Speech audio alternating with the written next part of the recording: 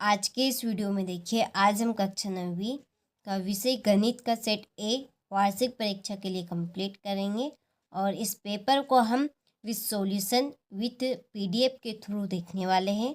तो चलिए बिना किसी डाउट के वीडियो को हम शुरू करते हैं और बढ़ते हैं प्रश्नों की ओर किसी भी प्रॉब्लम के। तो देखिए, पहला प्रश्न है कि किन्हीं दो अपरिमेय संख्याओं का गुणनफल होता है। ठीक है, किन्हीं भी, कोई सी भी आपकी दो अपरिमेय संख्या है, उनका गुणनफल सदैव कैसा होता है। ठीक है, तो आपके सामने चार ऑप्शन रहेंगे, तो इसका आपका आंसर रहेगा कि कभी परिमेय संख्या, कभी अपरिमेय संख्या। ठीक है, यहाँ पर मैंने टिक मार्क इसलिए लगा दिए हैं ताकि आप सभी को समझाने में प्रॉब्लम ना हो और आपका टाइम का अभाव रखते हुए, ठीक है, वैसे तो आपके पास टाइम कम बचा है तो आपका टाइम ज़्यादा यहाँ पे बर्बाद ना हो, इसलिए यहाँ पे मैंने टिक मार्क लगा दिए। चलिए तो बढ़ते हैं अगले प्रश्न की ओर। तो देखिए, किसी वास्तविक संख्या का निरपेक्ष मान सदैव होता है, तो कैसा होता है आपका, इसका आंसर रहेगा आपका धन संख्या।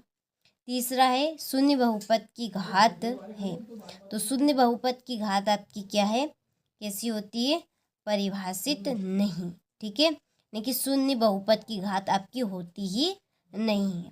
चौथा है निम्नलिखित में से कौन त्रिभुजों की सर्वांग समता की एक कसौटी नहीं है, इसका आंसर आपका रहेगा SSA।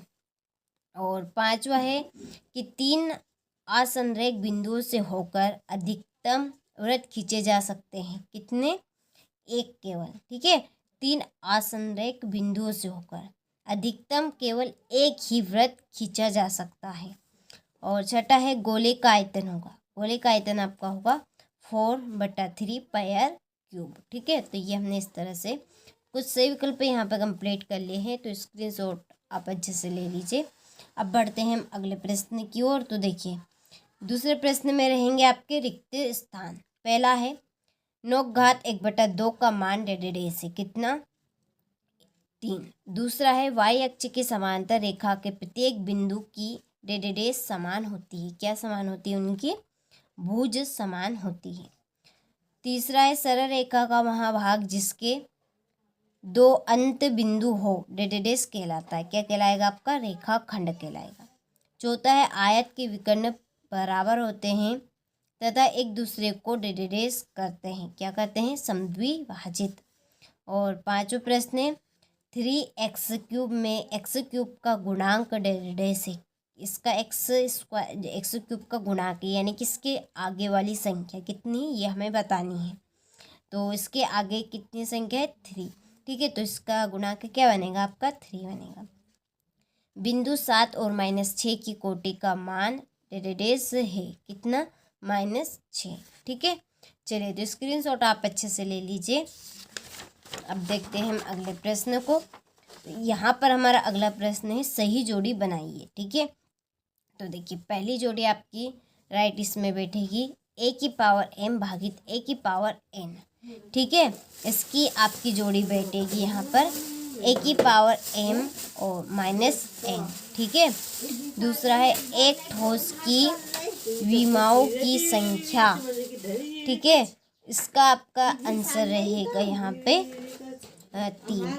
90 डिग्री से कम माप वाला कोण, इसका आंसर आएगा आपका न्यून कोण। प्रत्येक वर्ग अंतराल की निम्नतम सीमा।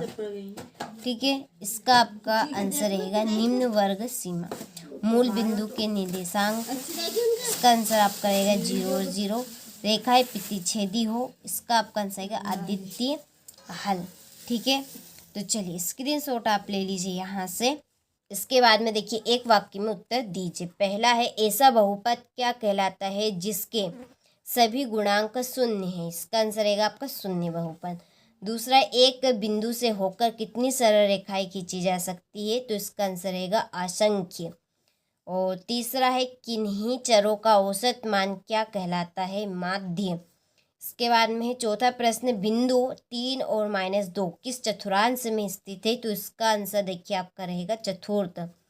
और फिर है यदि x इक्वल 2 y इक्वल 1 समीकरण 2x प्लस 3y बराबर k का एक हल है तब k का मान होगा, तो इसका आंसर आपका रहेगा 7। ठीक है, चलिए इसके बाद में है छठा रहेगा यहाँ पर दो चरों वाला एक रैखिक समीकरण लिखिए ax plus by plus c equal 0। ठीक है, और बिंदु 0 और 3 तृतीय चतुर्थांश में स्थित है, तो ये आपका सत्य है। दूसरा है जब दो असमांतर रेखाओं को एक तिर्यक रेखा प्रतिच्छेद करे तो एकांतर कोण बराबर होते हैं, तो ये आपका असत्य रहेगा। समद्विबाहु त्रिभुज के तीनों कोण बराबर होते हैं, तो ये आपका असत्य है। समलंब चतुर्भुज की समूह भुजाएं समांतर होती है, तो ये भी आपका असत्य है। और इसके बाद में है वृत्त की समान जीवाएं केंद्र पर समान कोण अंतरित करती है, तो ये आपका सत्य है। और एक त्रिभुज का क्षेत्रफल आधार इंटू शीर्ष लंब होता है, तो ये भी आपका सत्य रहेगा। ठीक है, तो ये हमारे सत्य यहाँ पे कंप्लीट हो चुके हैं।